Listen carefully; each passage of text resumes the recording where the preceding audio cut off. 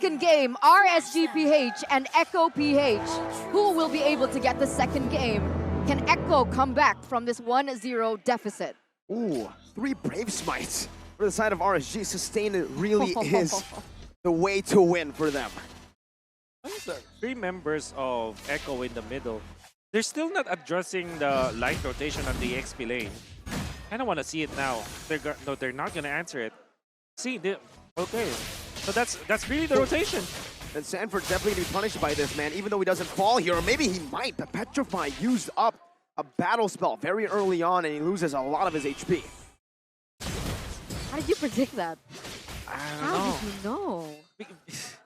Because they've done it 3 times already. I think RSG are gonna keep on doing it until they lose, you know, until somebody figures it out. And Echo kind of feels like they're not even addressing that situation.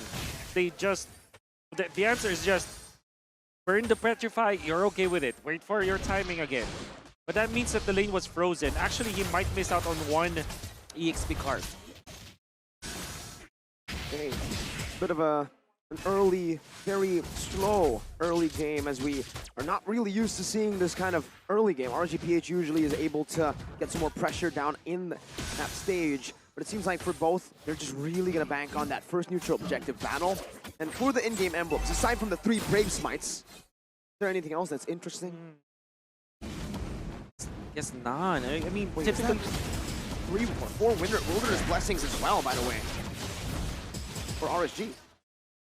they want to push up top again, but now Sanford has recovered. He will be able to collect the 2 catapults that he aims to get, and Sanji is also in here, so they can help out. There's a lot of focus on RGPH up top. And Echo as well, they responded over. They know it's going to be the neutral objective that they're trying to fight for. Kaltizi gets checked to half. Now going in onto Nats, knocking him up with a taunt as well. That's a lockdown. Nats has already used the ultimate earlier. Light now with the spatial migration. Echo gotta respect this. And so they do. But so does RSG. They know Nats is a bit too low. They need to wait for these cooldowns and these resources. And it looks like the reset of the neutral objective. Meanwhile, below, what? Iman nearly gets taken down with the crossbow of Toe that actually is able to connect from Benny QT. But what's going on here? Minuteria, oh, it's a combo in with a Requiem, but it's still going to be Sanford who gets the kill with Sanji as well, and the Turtle. The San duo setting up for the GOAT to pick up a Newt. My God, they hit 3 of the members of RSGPH. There's no chance for them to get out of that, and surely Echo will be very happy about that. The delay, the reset on the Turtle. RSGPH might be scratching their heads after doing that to Echo, because now they were duly punished. That's a 2K gold lead for Echo because of that 3-0 trade. And even Carl, once again, going to be able to pick up that neutral objective, that Turtle. And with this, is there anything that we need to keep an eye out on, especially with like item power spike? Yeah, second item for, I think 3 items for Benny QT is what you need to look out for. And Sanford, I wonder what his first item will be. Seen different kind of approaches from the teams. Durance for Sanji, the Valentina. It's very, very early though, so I cannot blame him for doing that. Eventually, the damage will not be that good, but you remove the sustain coming out from Aqua at the early stages. That will be really good for the team fight of Echo. JP wants to go in. That's a good knock-up onto DK. Kaltizi with a bit of a follow-up, but the spatial migration connects onto it. The Appraiser's Wrath used instantly. And Ultimate Fury, quicker combo. The hard guard used in, but he still is going to be bursted down. JP puts the hammer down and takes the kill onto Demon Kite as RSGPH are forced back in the 4th minute of the game. So different to the outcome that we saw in game number 1, where it was Demon Kite being able to roam around the map, but here Kaltiz is actually looking for more onto light. He's able to get away for now, but again, right, Demon Kite already being punished twice in the first 4 minutes of the game, unable to get any hold of these neutral objective takes. Echo completely controlling it, despite me personally thinking that RGPH with this lineup, with Demon Kite, with Aqua as well, they would be able to roam around a lot quicker. But why is it that Echo's holding that control? The little bird, man. I don't know about him. Spatial migration coming down with a Requiem as well. JP gonna be locked up with the Petrify. They're not used up just yet. Sanford looks for the right time, but it's only just one. JP taken down. Nats in the mid lane. Crossbow tank, good flicker out, but it's now going to be placed onto Iman, a gold laner. It's Echo who lose a member, but it's overall RSGPH who lose more HP. Demon Kite is level 7. TZ might want to wait for level 8, but he still fights. Good taunt. Both teams disengaging. Demon Kite already resetting with that orange buff. Now back to half HP, but both teams do not want to look for a commitment. No. Want to go and get level 8 for both of their junglers. And of course, the mid lane being pushed out. Sanford doing the right play this time. I think the turtle downs now going to be heavily in favor of Echo. Seems like RSG just gave up on the turtle, just opening it up bit by bit, but DK, shield unity. He doesn't want to give up on this one. TZ gets a good knock-up and a taunt, but Nats is able to fend off from an engage. Now it's Sanford. It tries to zone. Yep, it should be free here for Echo. TZ doesn't even need to go with the retreat to secure it. I'm not used to these team fights, these mind games. You must be super used to it, but light goes in. Requiem and a spatial migration. TZ is actually taking the turret aggro and will just get melted down. Demon Kite picks the kill up, and he's a level ahead of Carl now. But the question is, what is he able to do with that kill, right? Sure, he's able to get a pick off to Carl TZ. Oh, Benny Cutie. Very aggressive maneuver right now. He's going to be knocked out by the spatial migration. 1 HP. Benny Cutie still able to survive with the Minion Fury coming down. Benny Cutie looking for all the weakness points. My God, gets out. Wow. Wow. I think that both roamers and supports are doing a great job for their own marksman, right? But Benny Cutie. What? So low. But he's still alive, and Light is not able to find that kill. But Echo aren't able to find any kills either unless Sanford rotates. That's a taunt. Now Light, still able to dash away. TZ takes him down with a quick stab with that first kill. I'm liking this. I mean, even with RSG are trailing by 2,000 in the early stages, you would automatically assume that they will not be fighting. But they are actually forcing out the 1-1 in the early stage with a Claude. And this is the benefit of having the Angela.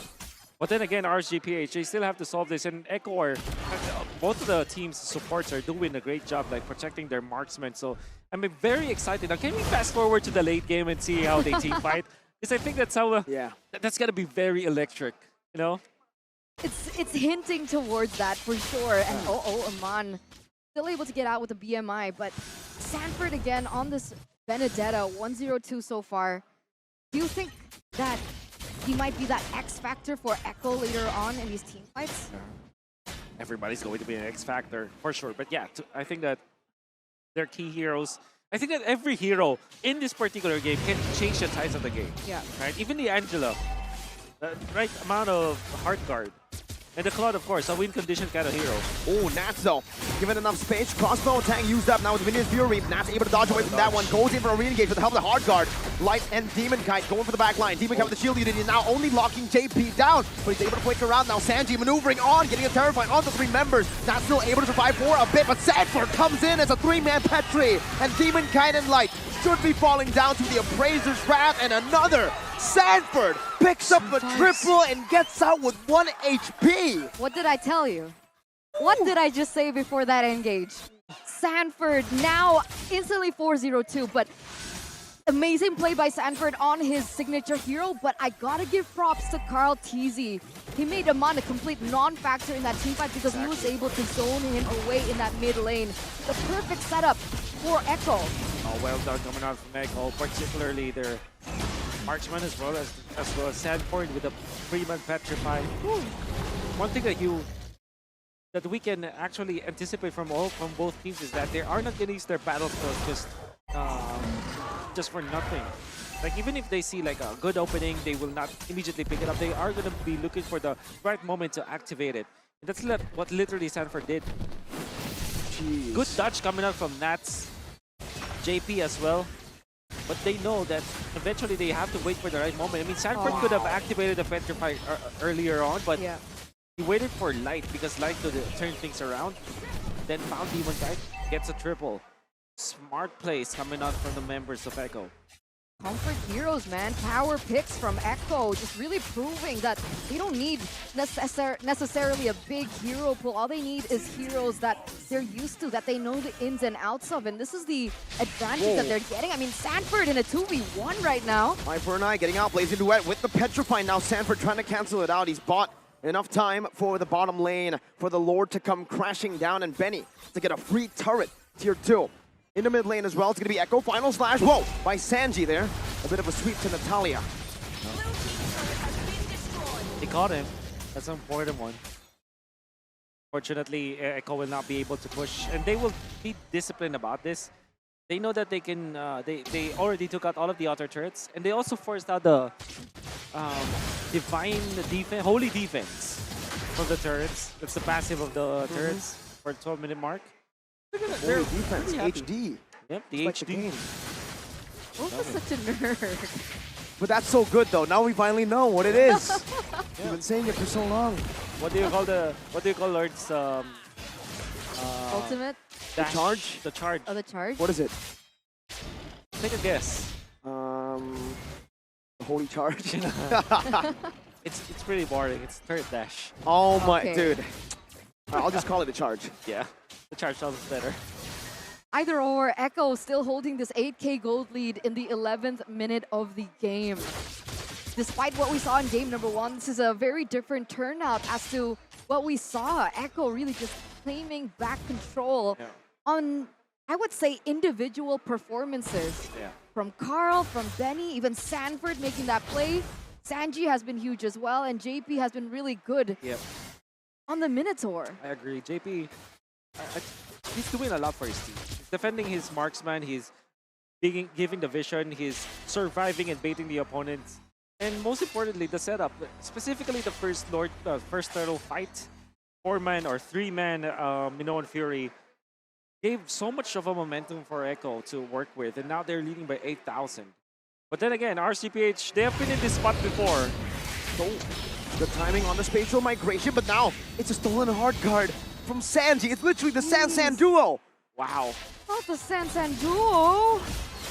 Damn. Takes the light out of RSG. Exactly, that entire movement, that Combo. entire rotation coming in was negated. RSGPH, they were banking on having one member off the board, and it failed them just because of that. Echo now with an uncontested Lord in this 12th minute of the game.